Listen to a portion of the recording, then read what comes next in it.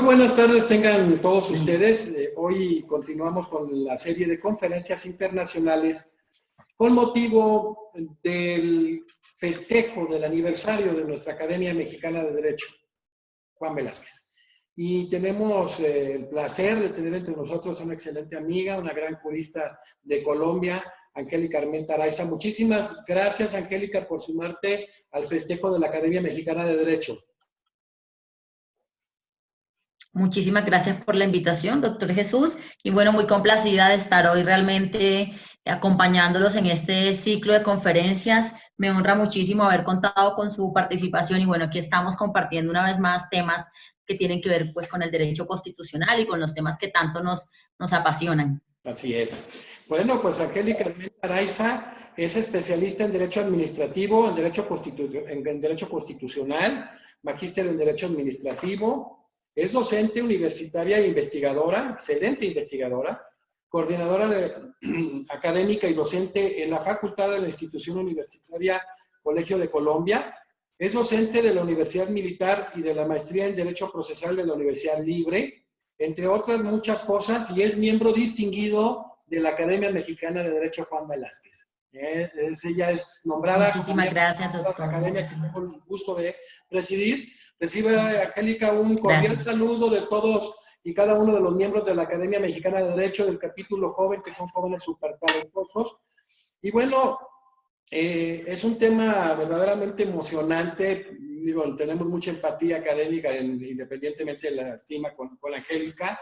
Es el rol del test de proporcionalidad en la justicia constitucional de Colombia. Y bueno, pues es un tema muy vasto, por eso también iniciaremos con este conversatorio, esta conferencia guiada. Angélica, ¿cuál es el marco conceptual de la figura? ¿De dónde parte y cuál es el origen de este concepto? Bueno, digamos que hablar del test de proporcionalidad puede parecer algo simple, pero de pronto lo afectuoso que resulta para mí la temática realmente me permite tocarlo con todo el tacto académico posible. Es un tema que vengo trabajando hace varios años, desde el año 2012, el cual tuve la oportunidad de escribir un libro en compañía de otro docente académico acá en Bogotá, el doctor Manuel Fernando Quinche Ramírez.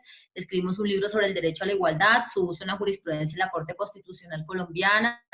De hecho, posteriormente este mismo tema fue un poco el que ahondé en mi tesis de grado de magíster, entonces un poco ha sido un tema que vengo abordando y vengo trabajando de manera bastante inquietante, precisamente porque pues nosotros en Colombia, a partir de la Constitución de 1991, tuvimos un cambio sustancial considerable en el modelo de Estado, desde el enfoque dogmático y desde el enfoque orgánico, por supuesto, pero pues el test de proporcionalidad evidentemente se ocupa muchísimo más en ese modelo o en ese enfoque de carácter dogmático de la Constitución.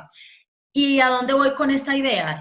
Precisamente a señalar pues que ese enfoque dogmático de la Constitución nos planteó un cambio de modelo en relación con el enfoque que se venía dando en los derechos humanos. Nosotros en Colombia, a partir del año 91, como es bien sabido, tenemos una nueva constitución a partir de 1991, y esa constitución del año 91 cambió el modelo que traía el Estado colombiano. Antes de la constitución del 91, pues éramos un Estado de derecho, con todo el peso pues que eso significó, y a partir del 91 pasamos a ser un Estado social de derecho. Y ese cambio de paradigma y ese cambio de modelo, pues no es simplemente nominal, eso convoca a unos cambios sustanciales, no solamente desde una carta política, sino desde el mismo control de esa carta que se empieza a regir, Entonces, ¿en qué me vas un poco para arrancar con este marco conceptual? En ese nuevo enfoque o en ese giro que se le da a los derechos humanos. Hablo del caso colombiano a partir del 91. Nosotros veníamos estudiando precisamente los derechos humanos desde una mirada muy vertical, y así se enseñaba el derecho en Colombia con la Constitución de 1886, donde los derechos humanos tenían como una jerarquía, ¿sí? Como que los abogados siempre nos gusta jerarquizar todo, darle a todo 1, 2 y 3, y se acabó hasta aquí, no cumple el requisito, etcétera. Así ha sido un poco la justicia, que se ha venido como a quitar esos ropajes un poco pesados para hacerla un poquito más flexible, no porque sea menos justa, es precisamente para hacerla más acorde a lo que se persigue hoy en día con un enfoque de una justicia constitucional mucho más social. Es entender que la Constitución debe ser para la sociedad, no puede ser una Constitución aislada o ajena a los hechos que realmente están aconteciendo. Entonces, ese cambio de paradigma ya plantea para el Estado, entendiendo como Estado, pues todos los actores, no solamente la estructura de las entidades estatales, sino entendiendo como Estado los seres humanos, las personas, las instituciones privadas, entendiendo el Estado como un todo. Empezamos a plantear entonces que los derechos humanos empiezan a tener una postura horizontal, es decir, se acaba esa mirada de la absolutez y la rigidez de los derechos, de tal manera que ya no podemos ver la vida como un derecho impoluto, como un derecho que no se puede tocar y que entonces por encima de la vida, que era el derecho de los derechos, no existía ningún otro derecho humano. Esto suena bastante fuerte porque cualquier que nos escuche prevenidamente el discurso dirá, pero sin vida no hay otro derecho. Claro, si no tengo vida, pues no puedo hablar de libertades, no puedo hablar de otro tipo de derechos, pero ya no se entiende la vida en ese enfoque meramente físico de estar vivo y respirar, sino la vida involucra entonces toda una serie de factores y toda una serie de escenarios que los seres humanos desarrollamos a lo largo de nuestra vida. Entonces, como se empieza a hablar de esa postura horizontal de los derechos humanos, en ese mismo entendido de esa postura horizontal, se acaba la teoría de la absolutez de los derechos y los derechos empiezan a tener una relativización. Y al ser relativos, ya yo no los puedo poner a concursar frente a que cuál vale más que el otro, porque precisamente la parte dogmática de la Constitución nos empieza a mencionar entonces, ningún derecho humano es más importante que otro, sino que todos los derechos ocupan el mismo nivel o el mismo rango.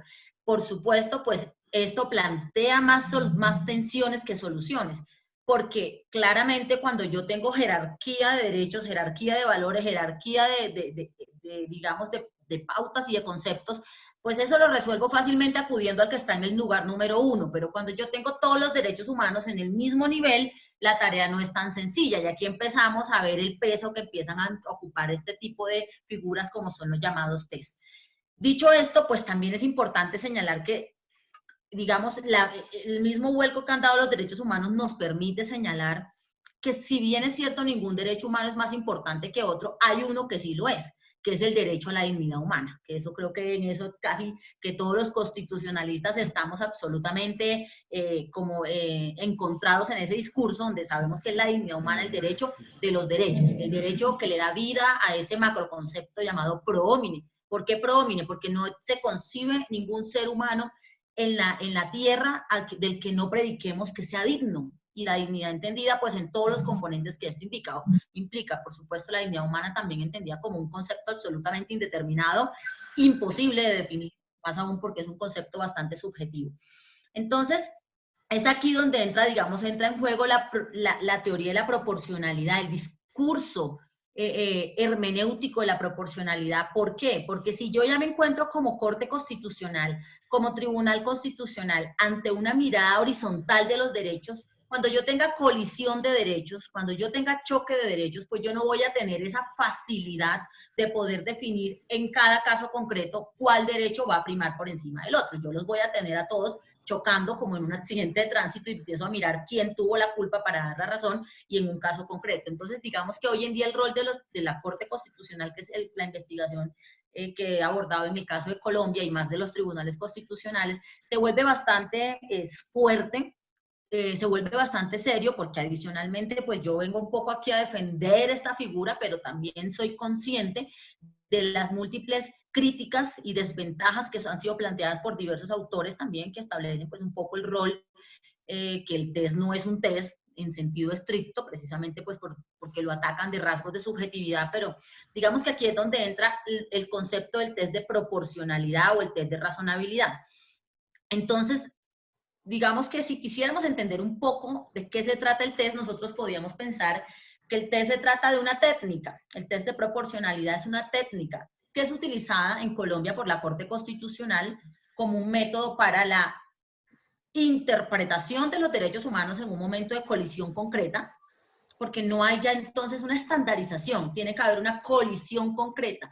Lo que se llama en el sistema anglosajón el common law, en el caso, nosotros de pronto en los modelos positivistas, pues casi que el tema del caso nos parece ya para el juzgado, pero digamos que el test de proporcionalidad, el neoconstitucionalismo, plantea el derecho constitucional casuístico.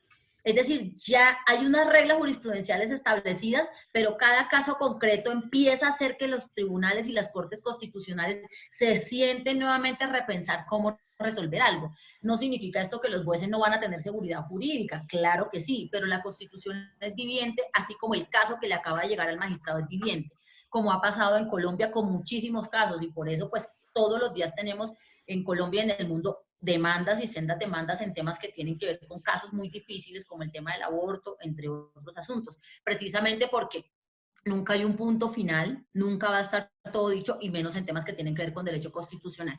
Entonces, el test de proporcionalidad es una técnica, es un test de tipo interpretativo, pero también de tipo argumentativo. No es una técnica exclusivamente de interpretación. Es una técnica que también dota a la Corte de una dialéctica constitucional muy fuerte, de argumentación muy fuerte, para que puedan realmente darle el peso necesario dentro de lo razonable que invita a los derechos humanos a la postura o a las decisiones constitucionales.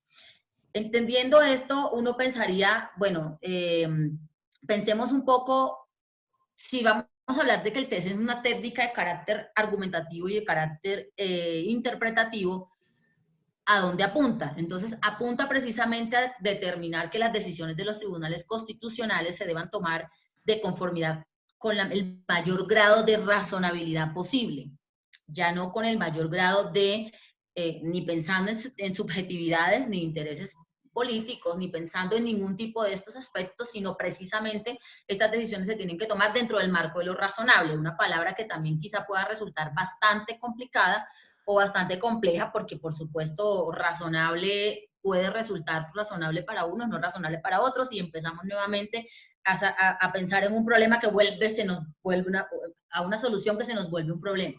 Entonces, digamos que podemos mencionar, y es un término que de pronto de una u otra manera me atrevo como a plantear, me permito compartirles un poco. Yo he considerado pues un poco con las investigaciones que he desarrollado sobre la figura, que razonable resulta hoy por hoy en materia constitucional aquella medida o decisión que busca que los derechos humanos dentro de un modelo de Estado constitucional sean compatibles entre sí sin lesionarse en concreto. Es decir, lo que yo veo en la razonabilidad es que la razonabilidad plantea que hoy, a la luz de los derechos humanos, dentro de los modelos que pretenden los estados democráticos, los estados que buscan permanentemente ser un estado constitucional, porque eso es un tema enunciativo, pero es una lucha permanente. Todos los días los estados se levantan con ese propósito de ser estados constitucionales y democráticos.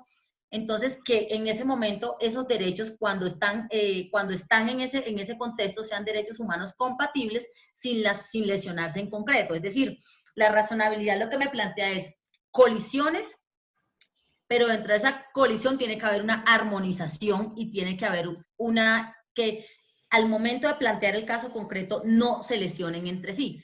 Es decir, el test de proporcionalidad finalmente me tiene que decir que en cada caso concreto, cuando yo sacrifiqué un derecho, lo sacrifiqué más no lo lesioné para ese caso concreto. Es decir, casi que las partes en una sociedad debemos quedar satisfechas porque la decisión fue conforme.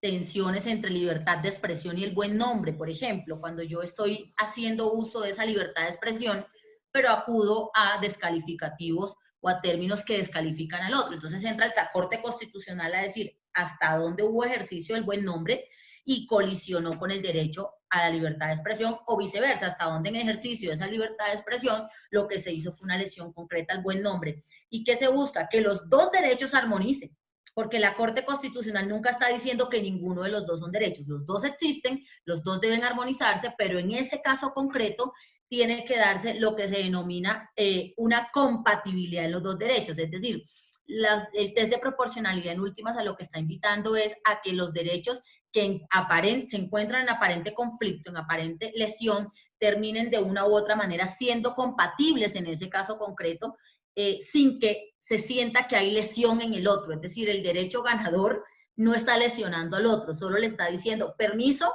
que en este caso concreto, primo, más no significa que en otro caso posterior va a primar el mismo derecho, es decir, no hay estandarización de la casuística, sino todo lo contrario, se presentan una serie de elementos que enriquecen, digamos, el debate constitucional, siempre partiendo del derecho sol, que es de la dignidad humana, es decir, todos los derechos en el test de proporcionalidad deben girar alrededor de lo que llamamos el concepto de dignidad humana.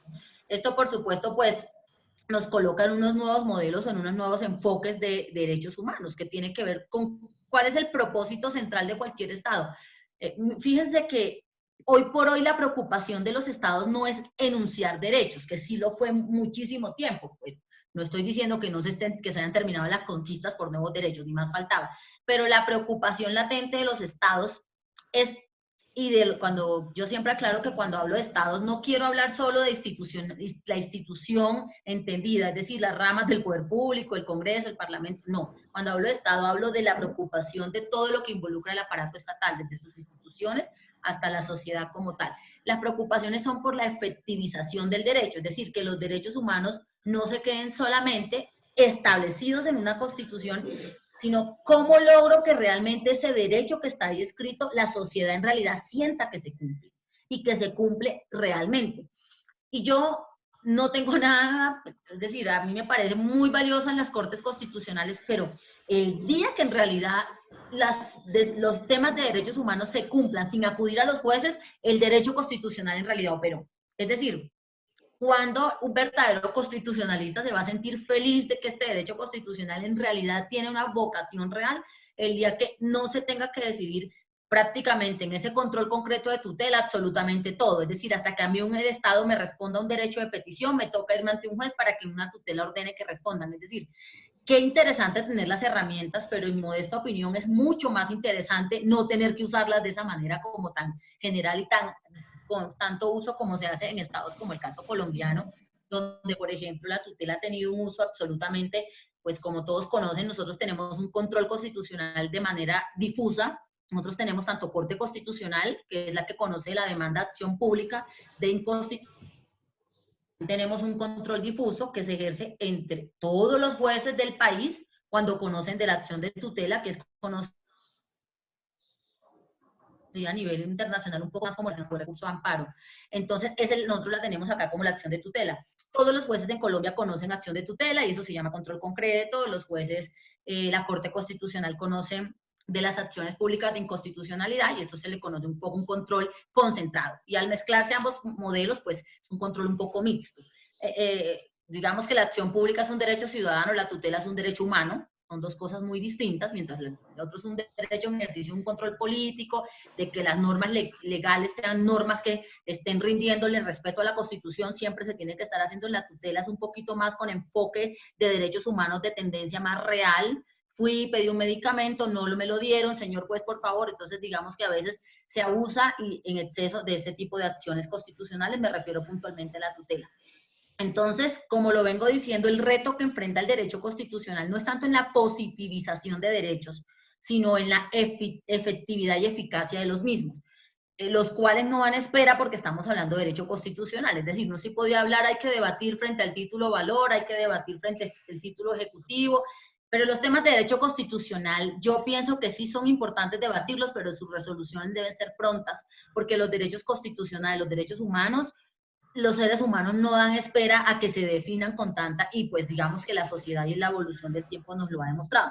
Entonces, teniendo en cuenta un poco de dónde partió a hablar de este derecho, de este test de proporcionalidad, pues Colombia no es el país inicial que toma esto. De hecho, del test de proporcionalidad se viene hablando hace muchísimo tiempo. Lo que pasa es que la dogmática del test se ha ido definiendo, pero por ejemplo, si queremos acudir a un tema puntual de su origen, lo podríamos ubicar en Alemania, en el caso en 1958, que fue el famosísimo caso de las droguerías, que todos como que referimos de manera muy puntual, en una ley federal alemana que se decía que pues para tener una droguería tenía que el permiso de esa droguería tenía que pasar por unos requisitos dentro de los cuales, pues, primero, la nueva droguería debería garantizar que no eran como por temas de competencia, un poco.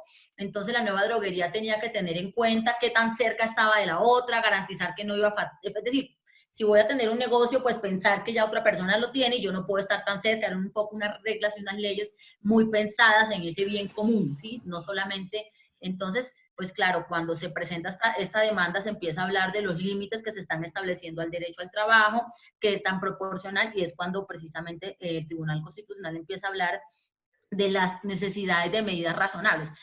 Claramente, Alemania viene trabajando este test de manera muy fácil desde, digamos, desde la monarquía prusiana, cuando ya durante todo el siglo XIX se empieza en el derecho policivo a tomar varias medidas muy fuertes en materia policiva y en materia administrativa. La génesis del test de proporcionalidad, digamos, se ubica en ese contexto histórico alemán, con este tipo de medidas y con este tipo de decisiones, pero que iniciaron en el derecho administrativo, precisamente un poco más en el derecho policivo administrativo alemán, precisamente un poco por la misma lógica de cómo funciona el derecho administrativo. El derecho, entendamos y recordemos que pues el derecho administrativo siempre se habló de los administrados, o sea, es decir, siempre en ese Estado de Derecho era el Estado tomando decisiones y los ciudadanos ahí obedeciendo, acatando, hasta que todo se empezó a mirar bajo la lógica de un principio que todos conocemos, que es el interés general. Entonces el Estado decía, necesito ese interés general y para poder garantizar ese interés general,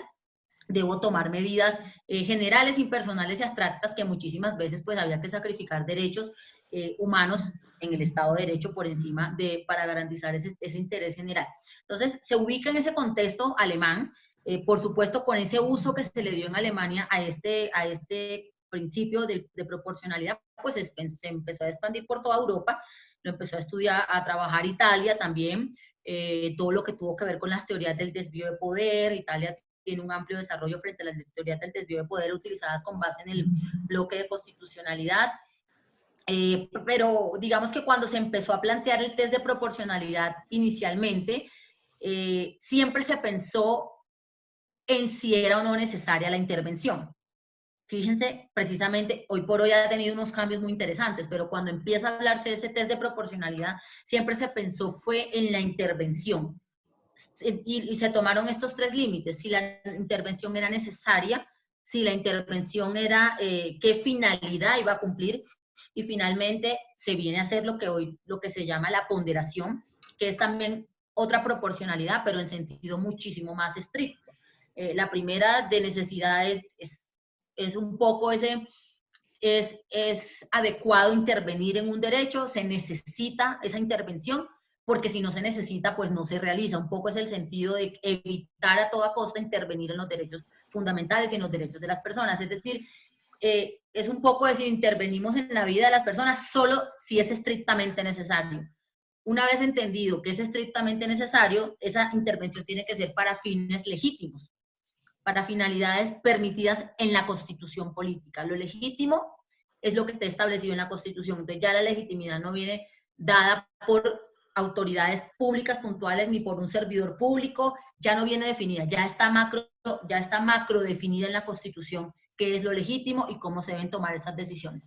Hoy por hoy miren cómo se están hablando de muchísimos temas, si son o no legítimas ciertas decisiones en plena época de la situación de la pandemia y del coronavirus, y precisamente todos permanentemente hablamos de si una decisión, todo cómo cuidar a los médicos, qué medidas tomar frente a seguridad y salubridad pública, es decir, pero todas estas medidas siempre se piensan desde la óptica de los derechos humanos, porque pues en la óptica de los derechos humanos se piensa en una constitución basada, pues, digamos, con enfoque de derechos humanos, partiendo de eso. La intervención es limitada, y si se acepta que hay que intervenir, tiene que ser para finalidades absolutamente legítimas. Entonces, por supuesto, yo no quiero quitarle en esta presentación del marco conceptual el importante rol que tiene Estados Unidos. Yo hablé de Alemania, pero realmente Estados Unidos ha tenido un fuerte desarrollo también del test, quizá muchísimo antes que Alemania, porque Alemania se apegó mucho a la proporcionalidad, pero Estados Unidos ha hecho un gran aporte. Conocemos mucho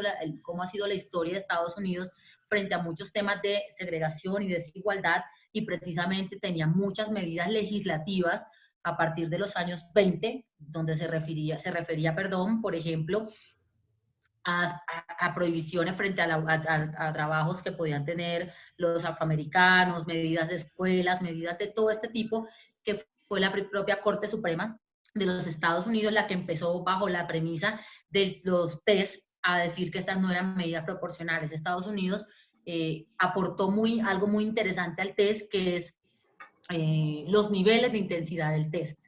Cuando hablamos de esos 3 tipos de intensidad, el test leve, el test intermedio y el test estricto, esta es una noción que viene muchísimo más del sistema norteamericano, y hoy en día en Colombia se hace una aplicación de una simbiosis de ambos modelos, del modelo europeo y del modelo norteamericano. Un poco de Norteamérica, pues los modelos de intensidad, los niveles, perdón, y de Europa tenemos los 3 pasos para aplicar el test, que son hoy por hoy ya actualizados a ese primer surgimiento: la idoneidad, la necesidad y la proporcionalidad en sentido estricto. ¿Por qué se le llama proporcionalidad en sentido estricto? Porque el test como tal pues tiene el mismo nombre, test de proporcionalidad, que es la amplitud del test. Ya al momento de agotar los pasos, tenemos uno que también se llama como el mismo nombre del test, entonces por eso se le dice proporcionalidad en sentido estricto. Otros autores dicen, esta no es la proporcionalidad, aquí deberíamos llamarlo ponderación, porque es cuando se hace un poco el balanceo entre qué derecho debe primar en cada caso. Perfecto, excelente, Angélica. Bueno, nos diste un muy viraje en este marco conceptual desde el origen, ¿no?, pretoriano, desde el Tribunal Constitucional Federal alemán, y bueno, estos contenidos de la proporcionalidad en ese tema de la idoneidad, o la misma necesidad y la ponderación. Y vaya, el trabajo, la generación que se ha hecho a través de la Constitución modélica también de 1991 de Colombia es muy valioso, el aporte que da al constitucionalismo latinoamericano. Por eso te quiero preguntar, Angélica Armenta, teniendo en cuenta los antecedentes de esta figura, se resalta en ella el uso del principio de proporcionalidad, ¿no? Este principio que se utilizó en su momento para ver la validación de los actos del poder público y la resolución específica de los derechos fundamentales que entran en contienda, ¿no? Y que corresponde conocer al Estado. ¿Cómo se define este concepto a partir del uso de la herramienta de la hermenéutica constitucional por la Corte Constitucional colombiana? Bueno, digamos que para hablar de test de proporcionalidad, inicialmente hay que hablar del principio de proporcionalidad, es decir, el test lo que defiende es un principio. ¿Por qué existe el test de proporcionalidad? Por la necesidad de tomar decisiones al momento de efectuar de desarrollar una función tan importante como es el control constitucional. El control constitucional que desarrolla la Corte, como lo mencionaba anteriormente, en control abstracto como en control concreto, hay que buscar siempre que al momento de controlar medidas legislativas, es decir, las leyes, decisiones de las autoridades administrativas a través de, qué sé yo, actos administrativos, o controlar hechos concretos, cualquier tipo de hecho, cualquier situación concreta que se presente, esto en conclusión, sea cual sea el tipo de control, de acto, hecho u omisión también, si se quisiera, cuando la Corte habla de omisiones legislativas, siempre estoy hablando de un control constitucional, independientemente el cómo inicia, si es por activa, si es por demanda, control automático, control de tutela, control por acción pública, es decir, con independencia de la manera de hacerlo, lo importante y lo trascendente aquí es que estamos hablando de control constitucional. Ahora bien, la patente del control es la proporcionalidad, es decir, los extremos se anulan, las decisiones in extremis se anulan. Ya no puedo partir de un control constitucional de blanco y negro, sino de un control constitucional gris, es decir, que me coloca en una zona gris donde siempre voy a partir de una zona de garantía de los derechos, de una zona de garantía de los derechos. Ya no voy a partir de una zona de privilegio de derechos. Ya ningún derecho entra al round o al ring ganando. Todos entran en igualdad. Y al momento de la valoración, al momento de esa evaluación de cada caso concreto, es en el que la Corte entra a definir cuál de ellos va a pesar en ese momento. Ahora, ¿por qué? Por un principio macro, y es decir, hay que ser proporcionales. La proporcionalidad, yo creo que en el derecho constitucional en el derecho más bien es antiquísima. Cuando uno empieza a estudiar introducción al derecho, le hablan que Ulpiano le definió el concepto de justicia y es dar a cada quien lo que le corresponde. Y uno hay que estar entendiendo, hombre, es ser justos, es que ser justos es ser proporcionales. Es decir, el concepto Ulpiano no es diciendo dele a todo el mundo todo, sino dele a cada quien lo que le corresponde. Ahí nos está diciendo el mismo Ulpiano, justicia es ser proporcionales. Y ser desproporcionados es ser injustos. ¿Sí? O sea que no todo el mundo debe tener todo de manera, sino en lo que corresponda. Y aquí entra la Corte entonces, en cada caso concreto, a mirar ese juicio correspondencia para poder terminar dando ese concepto de justicia.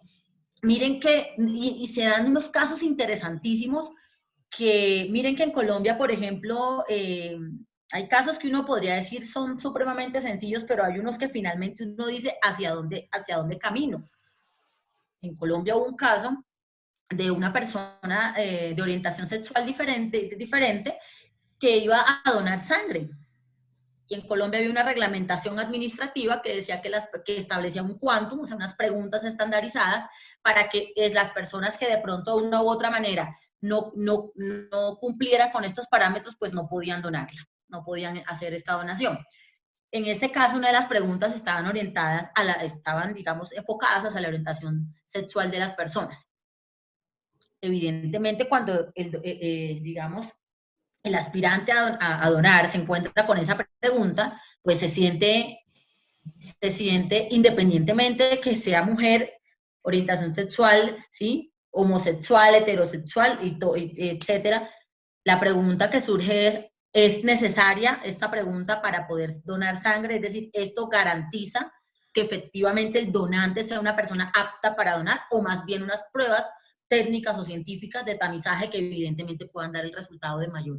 Y entonces esta persona finalmente se le impidió el ejercicio o su derecho o cumplir con también en algunos casos un aspecto de solidaridad humana, y presentó una acción de tutela. Y los jueces de instancia decían que evidentemente se tenían que garantizar y los temas de seguridad y salubridad pública.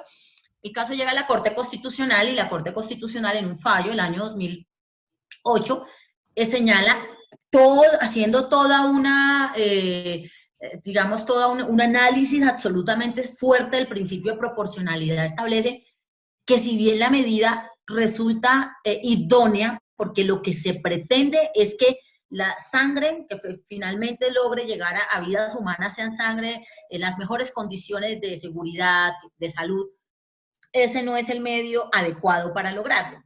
Es decir, no necesariamente todo lo bueno se logra de cualquier forma, de una u otra manera es el mensaje que nos da la Corte Constitucional. Entonces, en este sentido, es donde empezamos a hablar de proporcionalidad. Colombia, la Corte Constitucional colombiana, que empezó a funcionar de manera, digamos, puntual a partir del 92, tuvimos una primera corte un poco transitoria en el 91, cuando se instala la primera corte formalmente con periodo de 8 años, es a partir del año 92, desde sus inicios, desde sus pocos inicios en el año 92, la Corte Constitucional empieza a apelar a este principio de proporcionalidad. Es decir, con el cambio de modelo, es que miremos inmediatamente, cambiamos de modelo en el 91 y ya inmediatamente en el 92 empezamos el discurso, y permítanme la palabra discurso, que no quiero que suene como a verborrea o a retórica, pero se empezó a usar el discurso, es que yo sí creo mucho, a mí me gusta el concepto del discurso porque yo digo, si las cosas no se hablan, no van a cambiarse. Es decir, hay gente que dice, no hablemos tanto y hagamos, pero en derecho constitucional sí es importante el diálogo, la dialéctica, porque eso empieza generando socialmente, como han dicho muchos de sus invitados, empieza a generar que la gente se apersone de la dignidad humana. Es decir, si yo le digo a una persona todo el tiempo que no tiene derecho a algo, pues socialmente la sociedad crece con esa sensación, pero si el discurso se va dando derecho a la vida, derecho a su libertad, la sociedad empieza a entender y empieza a ejercer sus derechos de conformidad. Entonces, es importante el rol que hacen las cortes constitucionales. En Colombia, por ejemplo, nuestra misma constitución y las normas que regulan a la corte en Colombia dicen que una de las funciones de la Corte Constitucional precisamente es hacer pedagogía constitucional. O sea, profesores de constitucional para toda la nación colombiana, ¿sí? Entonces, los fallos de una Corte Constitucional no son solamente de tomar decisiones en una parte resolutiva final, sino en toda esa parte, en toda esa parte considerativa del fallo, lo que nosotros estamos encontrando es clases de derecho constitucional, pedagogía constitucional, y en los obiter dicta y en esa llamada ratio decidendi, y nuestra Corte Constitucional lo viene haciendo desde que empezó en el año 92 a hablar de este principio de proporcionalidad. Hay un sinnúmero de sentencias, bastaría con entrar a la página de la Corte, yo les puedo contar 5, pero existen muchísimas. Por ejemplo, cito una porque estoy contando que desde sus inicios la Corte trabajó el principio de proporcionalidad. Quiero recordar, por ejemplo, la sentencia de tutela T530 de 1992, que es una sentencia que se ocupa un poco de las decisiones estatales que tienen que ver con actos administrativos, acá sobre todo en contratación pública, en tema urbano, básicamente en asuntos urbanísticos, cuando estaba de por medio el derecho a la intimidad. Era una construcción de una obra y que pasaba, digamos, casi por intermedio de unas viviendas y se estaba afectando un poco la intimidad de estas personas, y la Corte como establece en esta sentencia algo muy interesante. Yo me permito citarlo de manera muy textual a la Corte Constitucional, abro comillas, dijo: el principio de proporcionalidad aplicado a la planeación urbana exige contrastar los intereses públicos que se pretenden alcanzar con los medios empleados para ello, atendiendo a su adecuación y a su necesidad. Es decir, uno empieza a ver una corte con un tono más sensible. Ya no es esa idea de que el Estado tiene que avanzar, las vías tienen que construirse y todos los ciudadanos tienen que ceder a esos derechos porque está primero el Estado. Claro, no se pierde de vista que hay que avanzar en interés general, pero inclusive la manera en que la Corte lo dice un criterio de justa proporcionalidad entre el beneficio comunitario y las cargas individuales deben guiar los procesos de planeación urbana. Es decir, siempre la Corte planteando cómo es distensionar esas posibles colisiones, esos posibles choques que se pueden dar durante, digamos, en terreno, porque el derecho digamos, se piensa en teoría, pero se ejerce en terreno, y es allá en la casuística, como dirían los ingenieros civiles, en el barro, donde en realidad se tiene que ir a ver el derecho, porque pues el derecho en el código es una cosa y pues claramente a la hora de la aplicación resultan varias dificultades o varias tensiones. La Corte Constitucional, digamos, ocurrió, por ejemplo, otro caso muy interesante que tuvo que ver también con un municipio, un colegio también, donde un profesor daba clases de religión, pero el profesor pues era de otra religión, entonces tenía que dar religión en un colegio que era católico, y el profesor pues renunció a la clase, o le dijeron que esa clase no la podía orientar, entonces se fue a una clase que se llamaba de educación física, y él finalmente dijo: yo no puedo dictar educación física porque realmente no es no me siento cómodo con esto, vuelvo a religión. Y el colegio le dijo: pues no, porque es religión y pues es un colegio católico, ¿cómo nos va a dar religión una persona que no? Y pues esta persona está una acción de tutela donde la Corte dice: un momento, es decir, no, aquí hay que ver la tensión entre la libertad de cátedra, la libertad de enseñanza, la religión, el derecho al trabajo, pero pues evidentemente estamos ante un colegio católico donde la religión que profesan son católicos, entonces no puede ser enseñada, y empezó la Corte en ese caso concreto a distensionar esos derechos. Entonces, digamos, de una u otra manera, en sucesivas sentencias tenemos la tutela 015 del 94, la tutela 425, muchísimas sentencias. Por ejemplo, una que llamó poderosamente mi atención, precisamente tuvo que ver con una sentencia de tutela que abordó, que estudió precisamente una solicitud de permiso para un desfile gay en un municipio de Colombia, y pues las autoridades administrativas del municipio, de la localidad, negaron el permiso bajo la premisa pues de que esto alteraba un poco el orden público, las buenas costumbres, la moral, etcétera.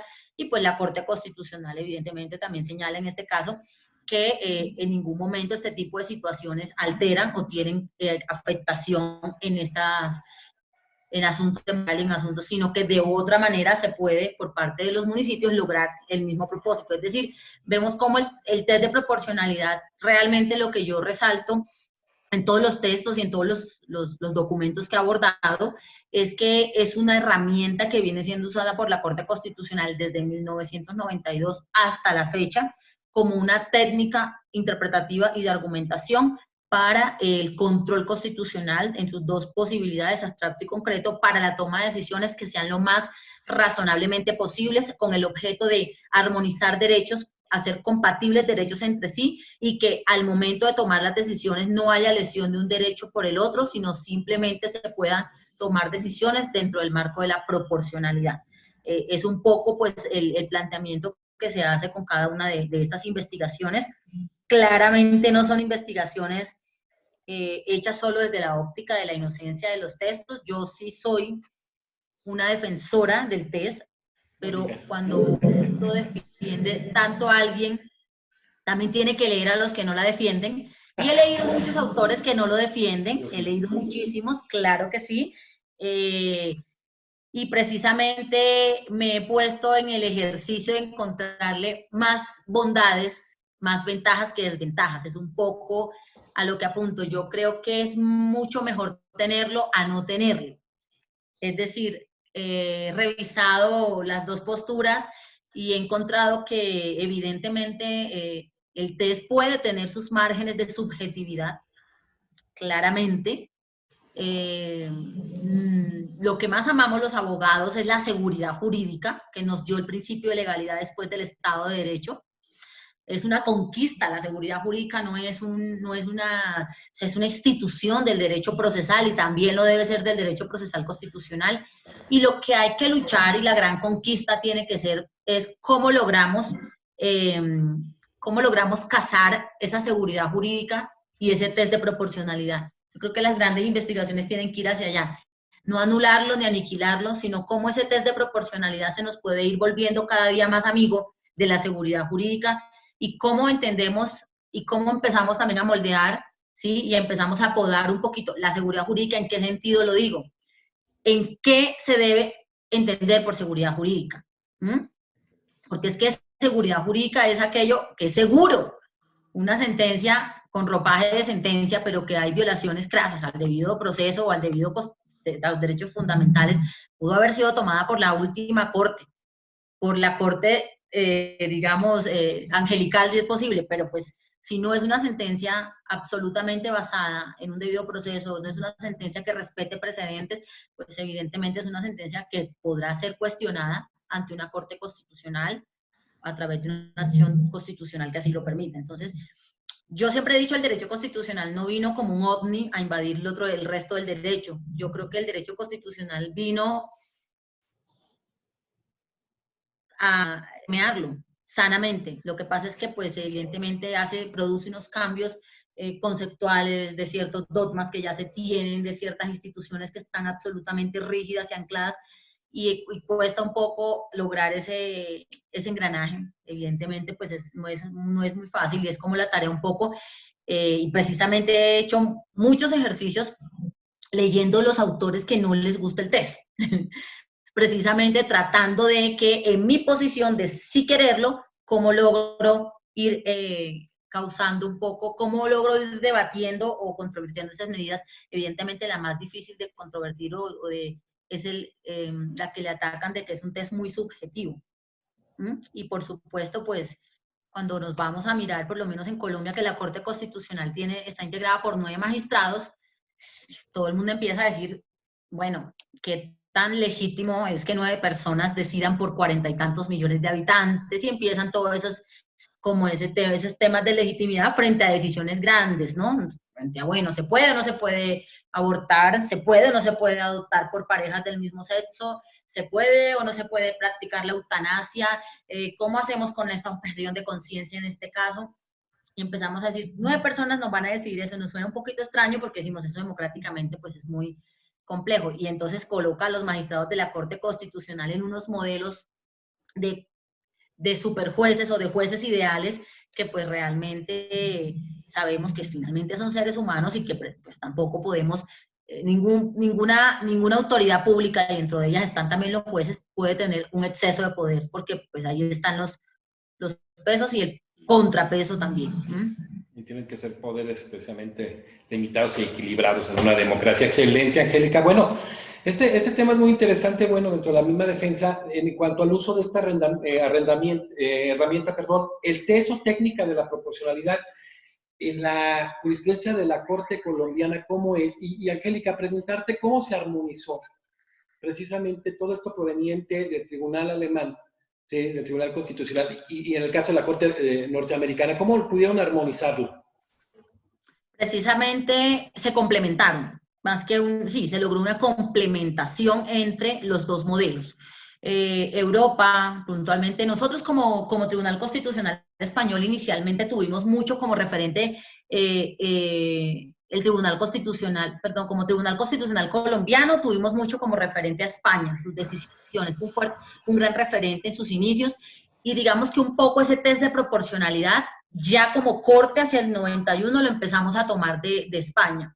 Que hemos tomado un poco del modelo europeo hemos tomado los pasos del test, los había mencionado hace un momento, la necesidad, la idoneidad, la necesidad y la proporcionalidad en sentido estricto. Y de Estados Unidos tomamos los niveles para hacer la intensidad. El test leve, el test intermedio y el test estricto. Planteando que primero la Corte siempre ha dicho que parte de la base de la presunción de constitucionalidad de las leyes, porque vienen proferidas y producidas por el órgano legítimo democráticamente para eso, que es el Congreso. Es decir, ¿quién mejor para decidir la historia y el curso de una nación que su parlamento, que su Congreso, que viene elegido directamente por el pueblo, con todos los centros democráticos que eso implica? Es decir, la elección que hace el pueblo del Congreso es la elección más legítima por antonomasia, es decir, lo más clásico, ni siquiera la del propio presidente, sino la del Congreso para que vaya, se deposite a hacer leyes, etc. Teniendo en cuenta esto, la misma Corte dice, las leyes que lleguen a mí tienen una presunción de constitucionalidad.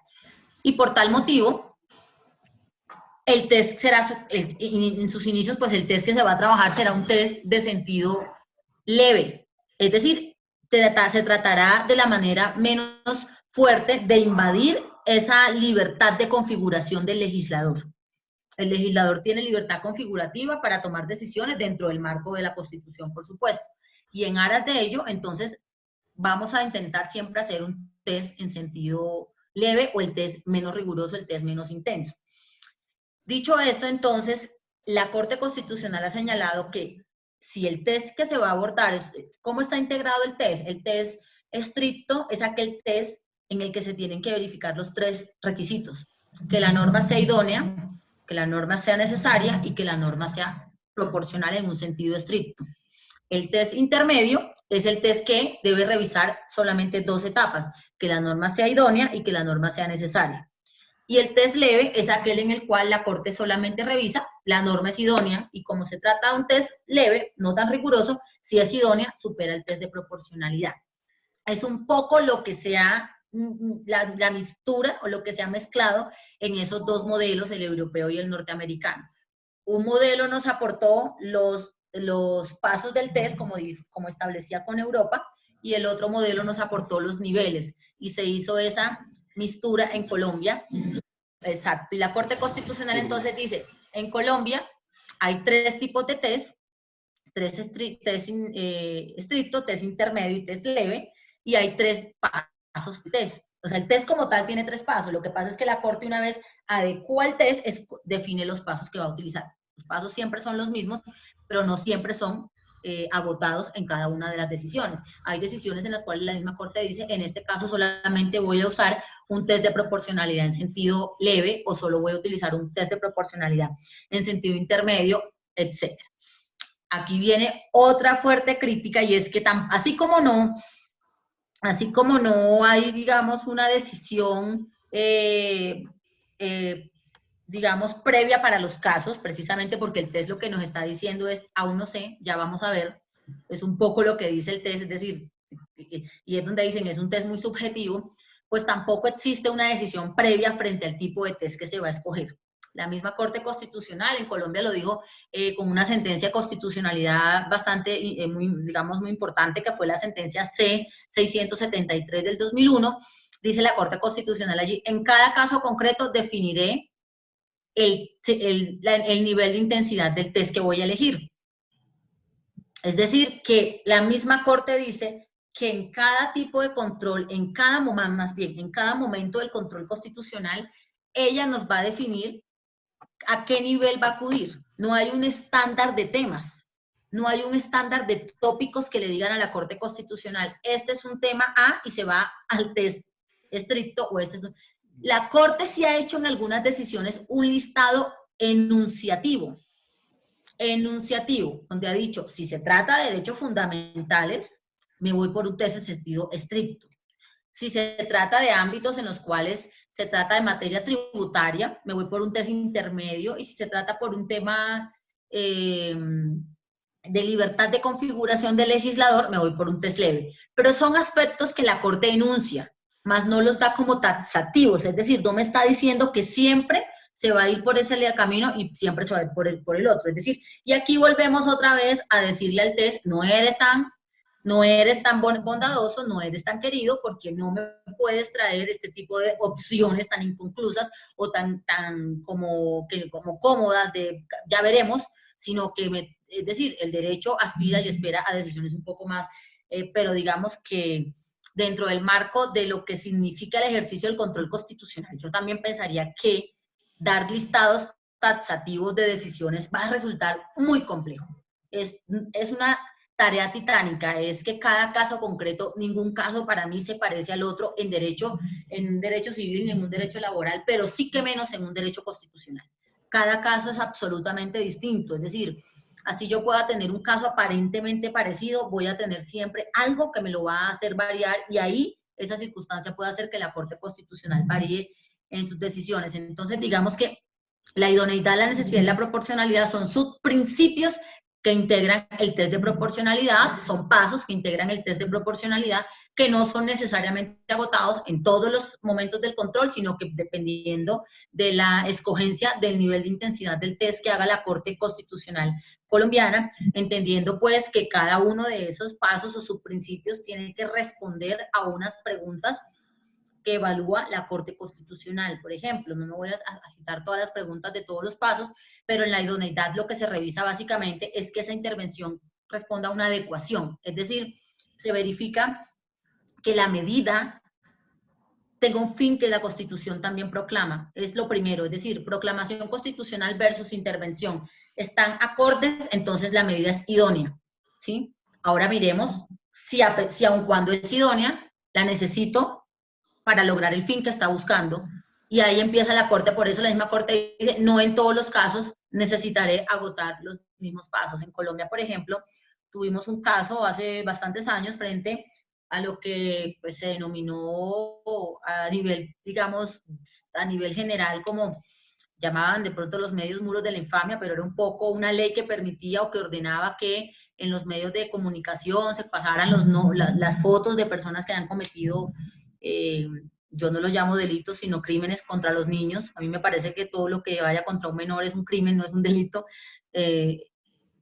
Entonces, digamos que en ese afán del Estado de proteger de manera muchísimo más fuerte y fortalecer esa garantía de protección de los derechos de los niños, se estableció una norma que permitía o que autorizaba que por medios de comunicación se pasara cada semana o al final de cada mes foto con las personas que habían sido sentenciadas, por supuesto sentencia penal condenatoria ya completamente en firme, en delitos, en crímenes contra menores de edad, y pues esto llegó a ser demandado ante la Corte, y la Corte encontró la norma idónea, más no la encontró ni necesaria ni la encontró proporcional. Entonces vemos cómo no necesariamente pasar un estándar o superar un principio le va a permitir a la Corte que se superen los otros dos subprincipios del test. Este apenas es un ejemplo para señalar cómo el que las medidas supere un paso, un subprincipio, no necesariamente involucra eso, pasar o superar otros principios.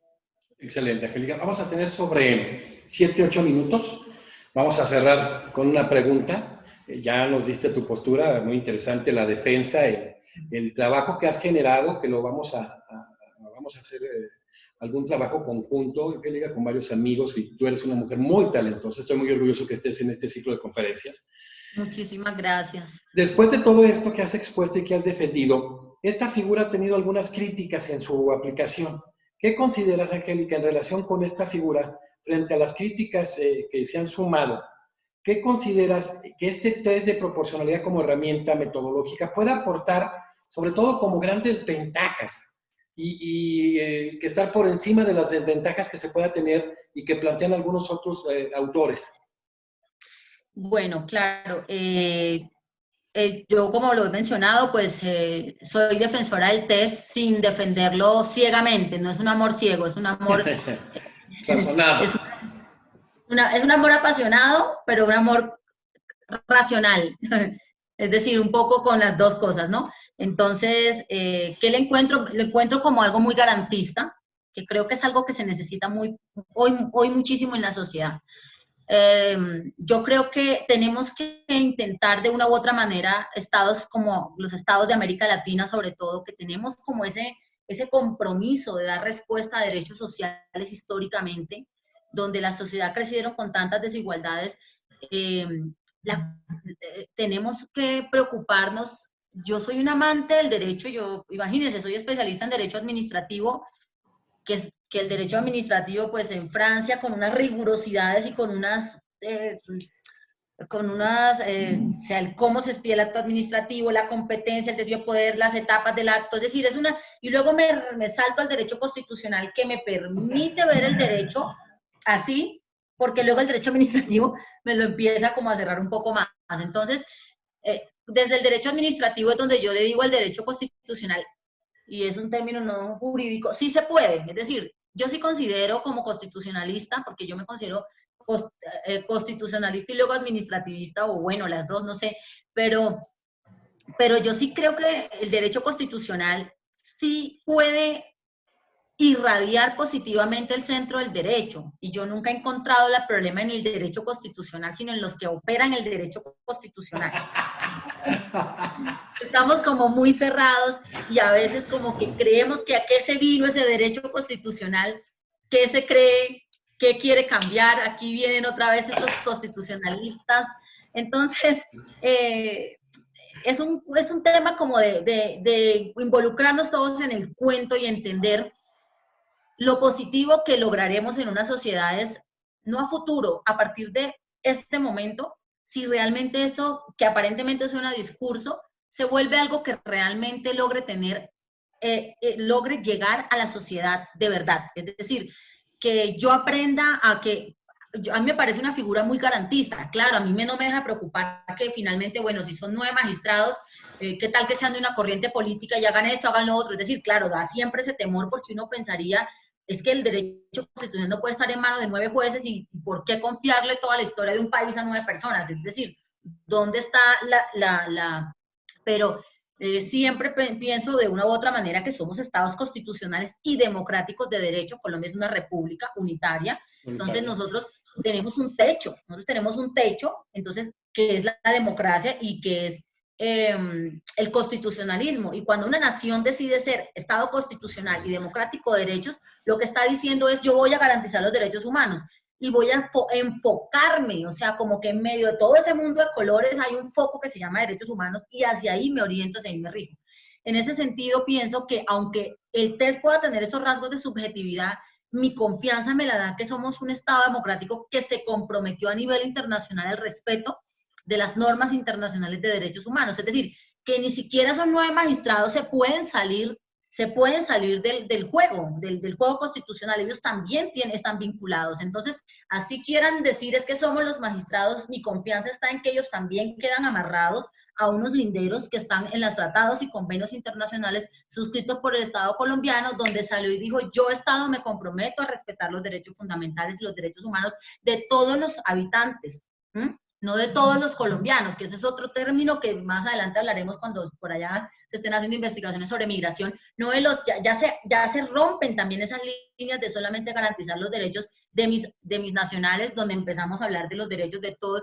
Si nosotros leemos el artículo 2 de la Constitución, dice: fines esenciales del Estado, garantizar a todas las personas residentes en el territorio nacional, es decir, todo aquel que reside en Colombia tiene derecho a sus garantías, a sus deberes, a su libertad de expresión, a todos los derechos humanos, sea colombiano o no sea colombiano. Eso es un avance que no se debería contar con tanta alegría, pero que realmente es muy interesante porque se empiezan a romper esos límites esos muros simbólicos que coloca realmente la nacionalidad, que es muy bonita, ser parte de una nación, pero al mismo tiempo ser ciudadanos del mundo y poder ir a otro estado y saber que también tengo, obviamente, deberes y derechos. Ahí vamos de la mano con ambos. Entonces, yo sí creo que, en mi opinión, si a mí me ponen a escoger entre los dos modelos, ese modelo exegético, positivista, donde ya yo sé que 2 más 2 dan 4, y que, bueno, quedo feliz porque es seguridad jurídica, por el otro modelo que, aunque aparentemente puede sonar muchísimo más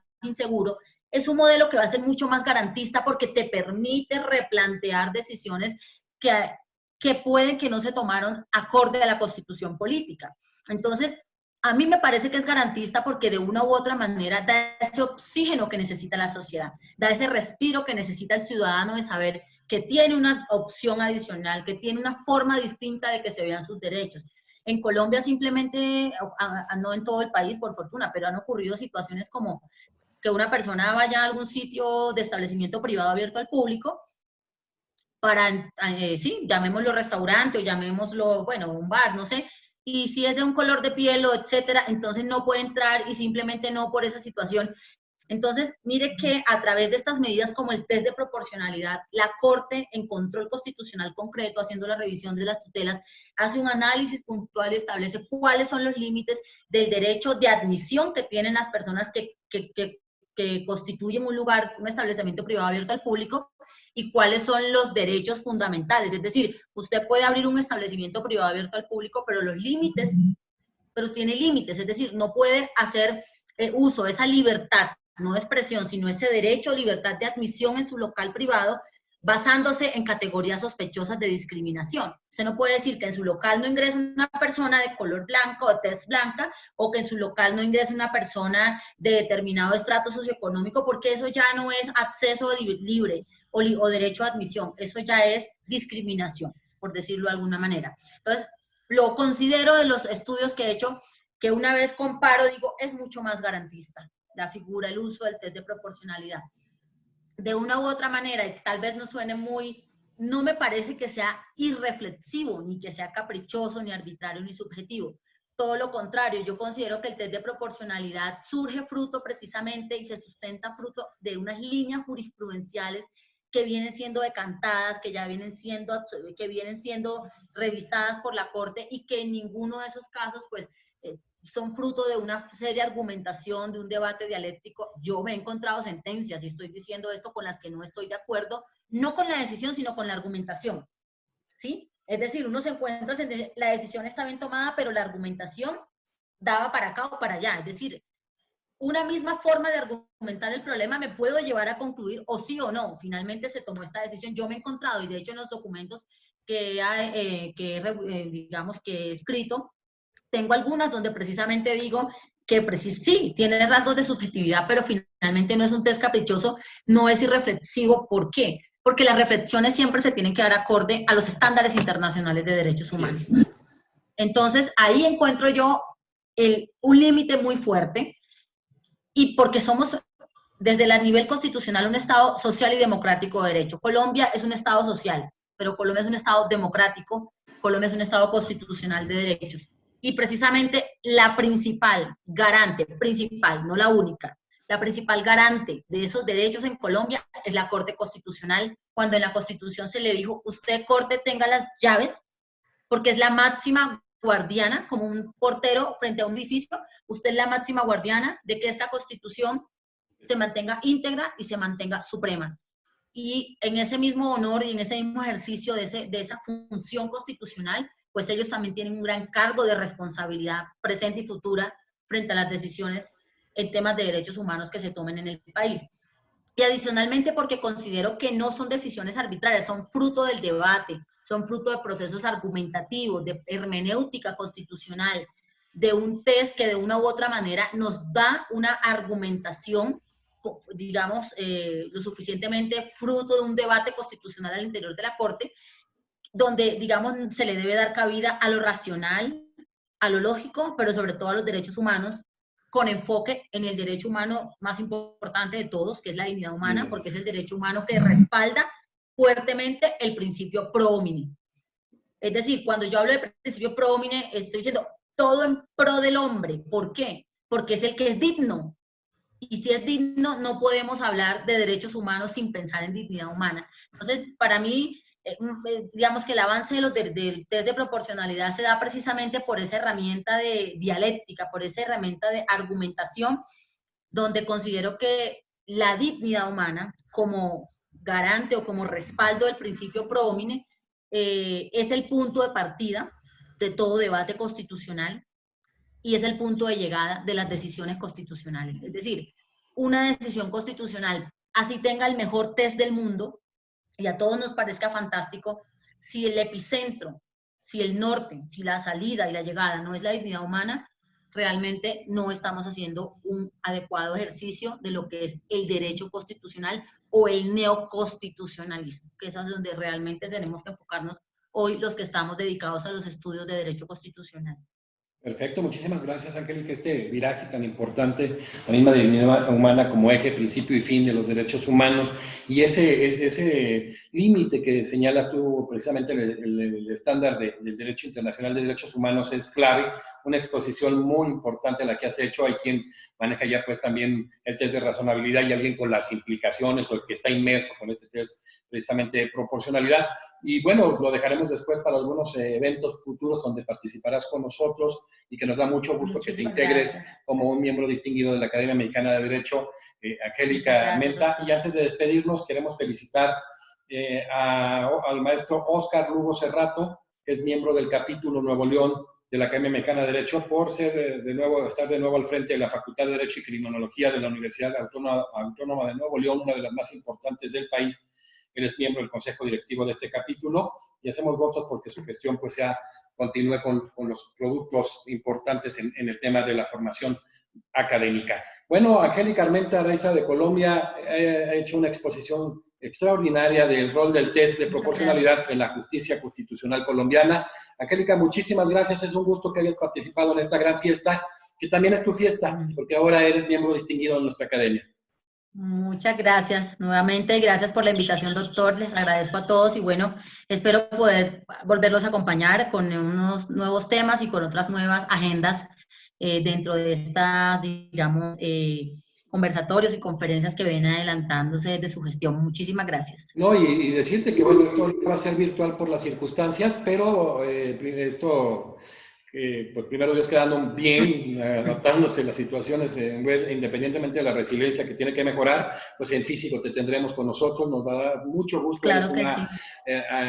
Académica muy importante, has trabajado el derecho administrativo, como lo dijiste, te has ido a otro margen que es el derecho constitucional. Hemos tenido un debate muy fuerte en temas interesantes como el tema de la carga dinámica de la prueba, con el manejo tan rígido que tiene precisamente los procesalistas. Hemos tenido procesalistas extraordinarios como Gustavo Calviño, o hasta Gabriel Valentín, y en cambio también en ambientalistas que tienen otra visión fuera de serie, como Néstor Caferata, que ya estuvo con nosotros, Enrique Newell. Claro. Entonces, que sí. Ahora estamos teniendo todas estas visiones, toda esta dialéctica tan importante que tiene que darse, pues para que generemos una mejor, sobre todo conformemos nosotros un elemento básico para la consolidación del Estado de Derecho en América Latina. Gracias, Angélica Armenta Araiza. Sí. Nos despedimos de todos ustedes y nos vemos en la próxima conferencia.